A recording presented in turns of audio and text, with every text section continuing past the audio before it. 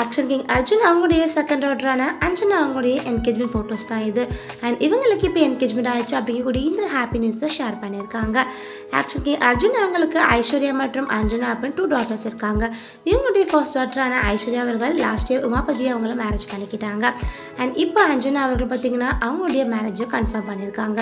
அஞ்சனா அவர்கள் ஆல்ரெடி அவங்க அக்கா ஐஸ்வர்யா அவங்களுடைய மேரேஜில் பார்த்திங்கன்னா இவங்க இன்ட்ரடியூஸ் பண்ணி வச்சுருந்தாங்க. ஸோ அப்போ வந்து 2 பேர் டேட்டில் தான் இருந்துகிட்டு இருந்தாங்க. இந்த நிலையில் இப்போ இவங்களுடைய மேரேஜுக்கு இப்போ அவரே அஃபிஷியலாக வந்து அனௌன்ஸ் பண்ணியிருக்காங்க.